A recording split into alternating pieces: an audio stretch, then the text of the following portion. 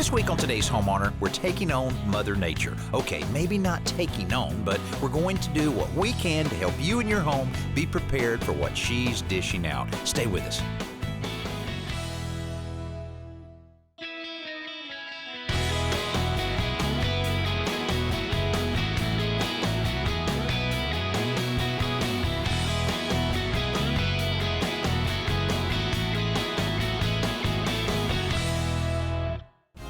As a homeowner, you have a lot of things to worry about. Interest rates, insurance, resale values. Well, there's a lot of things that you just don't have a whole lot of control over, and nowhere is that more true than the effect the weather has on your home. Well, that's what we're digging into this week to give you some information to help you handle whatever Mother Nature throws at you.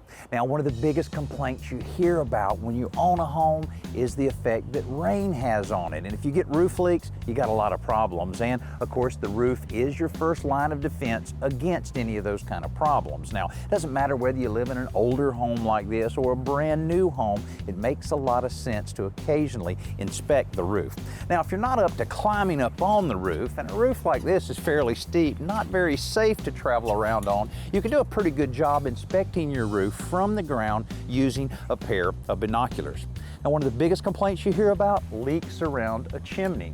Now, it can get a little complicated when you look at how a chimney is made, but what you want to look for, any cracks in the mortar, particularly where the flashing is embedded into the mortar joints. If you see any cracks at all, those need to be sealed up using a masonry caulk. If you see any damage to the flashing itself, then you can put a little Band-Aid repair on it by using a urethane caulk, but you do need to get a roofer out to determine if the flashing needs to be replaced. Well, that's a little more complicated than the rest of the roof, and there are other repairs that you can handle yourself. As they age, asphalt shingles can become more brittle and less flexible. That means that if they're blown upward by a strong wind, they may break instead of snapping back afterward. Each of these tabs is actually only a third of a complete shingle, and if possible, it's best to replace the whole thing instead of just one tab. To do this, you'll need to lift up the tabs of the damaged shingle and the ones above it so that you can remove the nails. Once the damaged shingle is free, you can replace it with a new one of a similar color and style. Don't forget to replace the nails from the course above when you nail in the new shingle, and cover any nails or nail holes with a glob of roofing cement. It's not a bad idea to stick the tabs down with a little of this sticky stuff. Roof jacks around plumbing vents can simply wear out over time, but sometimes they get a little help from neighborhood squirrels who like to sharpen their teeth on the lead sleeves. Replacement is the best solution here, and that begins with removing the shingles that lap over the vent base so that you can take off the damaged vent and replace it with a new one of the same size. Nail down the upper side of the vent base and replace the shingle above it. If the shingle is damaged, you'll have to notch a new one to take its place. The valleys where two planes of a roof meet often catch leaves and debris, and when they do, the flow of water is slowed down. That can create a damming effect and force the water back up under the shingles, so it's important to keep these areas clear. Sometimes these valleys are covered with metal, and if they lose their coating and begin to rust, a leak won't be far behind. A scraper or a wire brush will remove the rust, but you'll also want to clean the metal so that you can recoat it with a rust-inhibiting paint to protect the metal. Taking a little care to mask the shingles will go a long way in making the roof look better from the street. You know, we talk all the time on the show about the importance of keeping your gutters clean, and here's a perfectly good example why. Now, this might be an extreme example, but it does show what can happen if you don't keep them clear, the downspouts and the gutters. Now, in this case, the leaves piled up, they held in water. The water created a perfect breeding ground for a nice dandelion garden. We even have some trees growing. On the side of the house, you see there's some old vines growing up the side. So this just goes to show if you neglect it long enough, what can happen. If you have to come up and start pruning your gutters, you've let it go way too long. So at least once a year, come up and clean the gutters. These should be free, running, and clear. Clean the gutters, the downspouts as well, because if you don't, water can back up, it can rot the fascia, peel the paint off, water can work its way up the shingles and drain into the ceiling below, and then you have to repair the ceiling and do some interior work. So again, once a year, clear the gutters, and you won't have this kind of problem at your house. When gutters fill up like that, they just don't work properly. And what happens when it rains, the water will spill right over the gutter and land right beside the house. And the last thing you want is for the soil around your house to get saturated with water, because it can force the water into your foundation wall, and that's really a problem if you have a basement down below. Now, there's a few things you can do as far as waterproofing paint and sealants on the inside of your basement walls, which helps sometimes, and a more extreme measure would require you to have a professional dig out all the way around the house and put a waterproofing membrane. But there's one thing that you can do that might just solve the problem, and it's a lot simpler. The main thing is to make sure that all of the ground around your home is sloping away from the house. A 6-inch slope in a 10-foot span all the way around the house can help a lot. Also, make sure when you're doing a little landscaping outside, you don't do what happened here. You can see how this is actually a dam that's keeping the water up against the house. The water can't flow away. That can cause a lot of problems with water seepage as well as foundation settling. Hey, let's check back in with Joe, who has a really simple solution on finding a roof leak in your home. A brown, ugly stain on the ceiling is a sure sign that you've got a roof leak.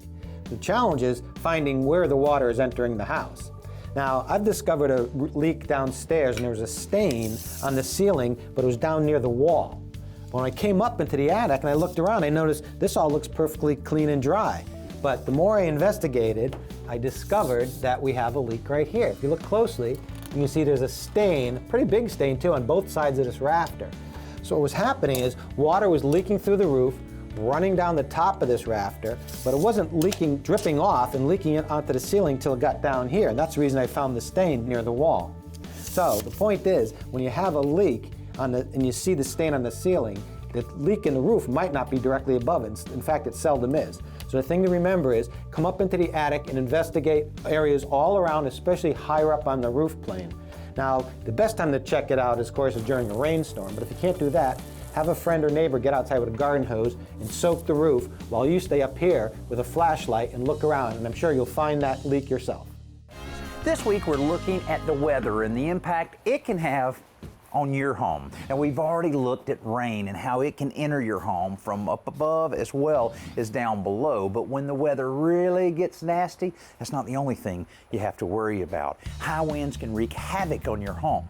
But usually it's not just the wind you have to worry about, it's whatever the wind is slamming against your house. Windows, doors, siding, everything. But this house is located less than a mile from the coast, and the owner of this home decided to take some precautions by shielding his windows. Now, I know what you're thinking. How could that little piece of fabric protect this window? These window covers are made from the same kind of fabric that's used in bulletproof vests, so they're supposed to stop flying debris in winds up to 155 miles an hour when they're secured to a frame like this. Now, they're easy to install, they don't take up a lot of space, and that kind of simplicity is so important when you're preparing for a storm. I know from experience because I've had to board up my windows on more than one occasion because of an impending storm. I use plywood like many people in coastal areas. It's simple enough, but if you wait until the storm is closing in, you'll be in a long line at the home center. First, measure the window and cut a piece of plywood. 1/2 inch to 3/4 inch plywood works best, and you'll want to cut it about 1/2 inch smaller than both dimensions so that it'll fit into the opening very easily. Then you just fasten it to the wood trim around the windows with screws, about 1.5 inches to 2 inches long.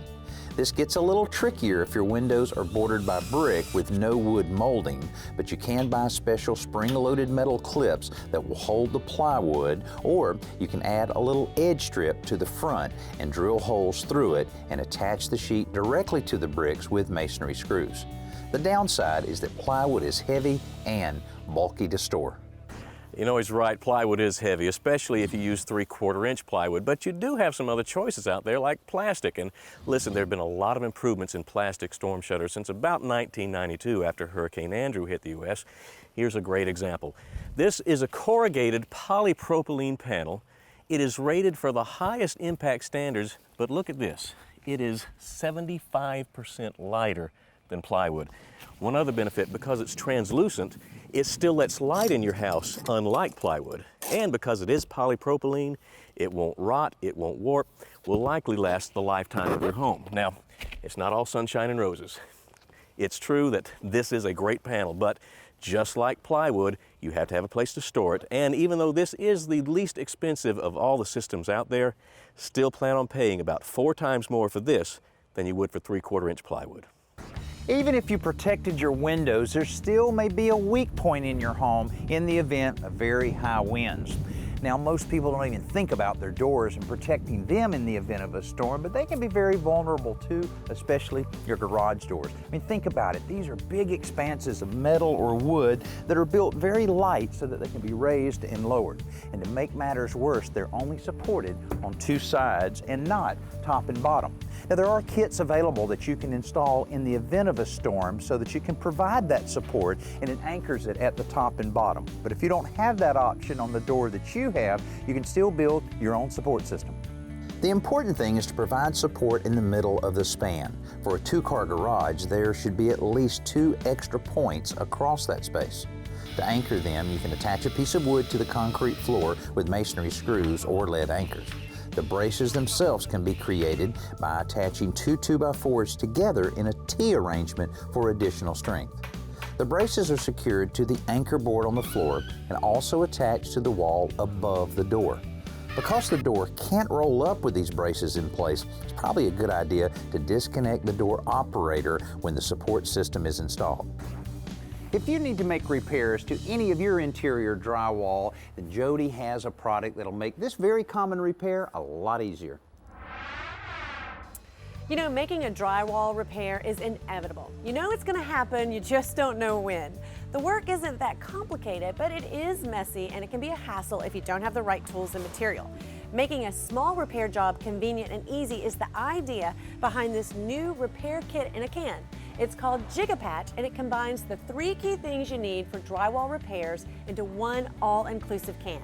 For starters, the cap doubles as a putty knife. Then the spackle itself is sprayable. That means no more scraping and stirring to try to revive a dried out container. On top of the can, there's a sanding pad, which is reusable and washable. So unlike ordinary sandpaper, it can be rinsed out when it's full of spackle. To get started, you simply clear the damaged area or hole of debris and give the can a good shake before spraying into the void. After it sets for a minute or 2, use the putty knife cap to remove the excess. When it's dry, smooth out your work with a sanding pad and you're ready to paint. This week we're looking at how the weather impacts your home, from a simple rainstorm to a hurricane or tropical storm that can hit a coastal area like this. Now, no doubt about it, some of these homes behind me could really benefit from some of the window shutter solutions that we looked at earlier, but no matter where you live in the country, sooner or later the weather is going to affect and interrupt the power going to your home. Now, whether that offending storm is a hurricane or maybe one of those midwinter ice storms, doing without power for even a short amount of time can really affect your life a lot. We really rely on it to light up our homes, to heat and cool the homes, and to refrigerate and cook our food. That's why more and more people are looking for alternate sources and backup sources for power. And many of them are choosing automatic standby generators to meet that need. These devices are installed outside a home and connected directly to its electrical system. Lots of people discovered what an advantage that can be in 2005 when Hurricane Katrina blacked out a good chunk of the Gulf Coast. Yeah, Katrina did have an effect on my decision to have constant power. At that current time, I was not living here. It was before I built this house, and I lived in an area where one of my neighbors did have power, and I saw how they, through that whole scenario of a lot of lost power, that they maintain, a comfort and lights and the whole scenario. So that was part of my decision making when I built a new house, that, I wanted to have that constant power source. When power from the utility company is interrupted, a standby generator like this one from Generac automatically turns itself on and activates a transfer switch to shift the home's power load from the utility to the generator. That's not just a convenience, it's a safety issue too. Transfer keeps the generator from feeding current back into a utility grid that's still undergoing repairs. And because they're powered by natural gas or propane, you don't have to worry about stocking up on gasoline to keep feeding these things. Unlike the power lines overhead, which you lose power quite often, the gas supply to the Generac is constant, and you're always supplied with a constant source of power. But the big question is, how much of your home will they power? Well, obviously, the larger you get, the more they'll run, but the more expensive they are. Like I say, this one is connected to the entire house, so the homeowner really doesn't have to worry about shedding any loads or turning anything off. It's normal cycling of the air conditioners, and it runs everything. You can use smaller units to only run selected loads in a house. You just have to make sure, either if it's a new installation, a new house, it has to be wired to isolate the loads that it's sized for in a separate panel, or if it's an existing house that we're adding one to, we may have to do rewiring of the circuits to group them like we need them for the particular generator. While permanently installed or whole house standby generators is probably the best and most convenient solution to that problem, it may not be in everyone's budget. Now, unfortunately, that doesn't decrease the need for electricity in these situations, so a lot of people will rely on portable generators to get them through these times. Now, when a storm is really bearing down on the coast, these things will disappear from a home center faster than plywood and batteries, which means a lot of people are using portable generators for the very first time. Hey, they're really easy to use, but there are certain safety issues that have to be considered. The first is location. Generators should only be operated outside in the open at a safe distance from your home, because the engines on these things give off carbon monoxide, which is an odorless, colorless gas. It's highly poisonous and deadly to people and animals, so never use one in an enclosed area like a storage building, garage, carport, basement, or crawl space. Another danger generators pose is from the electricity you buy them to generate. Never hook one directly to the wiring in your house. Instead, plug your appliances and other items into an extension cord, which leads to the generator. The total wattage of all the electrical devices combined should not exceed the rated capacity of the generator or the extension cord. Finally, to prevent fires, turn the generator off and allow it to cool down before refilling it with fuel. Anytime you can get natural resources for free, grab it and run. Of course, I'm not talking about plugging into your neighbor's power supply, but if you're not harvesting rainwater, then you're losing out on gallons of free water every year. All you need is a roof and rain gutters. You may also want to install a leaf guard to remove any excess debris before the water hits the downspout. From there, divert the downspout to a rain barrel or any other type of storage container. The most common use for this harvested rainwater is watering your garden or any other houseplants you may have. The best part is you're going to be reducing the amount of chemicals and energy needed to treat and transport water to your home, and saving valuable drinking water, which will reduce your water bills and the volume of water taken from the environment. Boy, this wouldn't be a bad place to call home, but you know, if you live along the coast like this, you have to expect a few challenges when extreme weather hits. In fact, these homeowners lost the entire lower part of their stairs during a recent storm. They'll have to replace that fairly soon. Now, I hope through this week's show we've been able to illustrate how just a little bit of preparation will allow you and your home to handle whatever the weather throws at you. Hey, thanks for being with us this week. I'm Danny Lipford. We'll see you next week here on Today's Homeowner. It's only trash if you throw it out. Next week, we'll show you a more valuable alternative.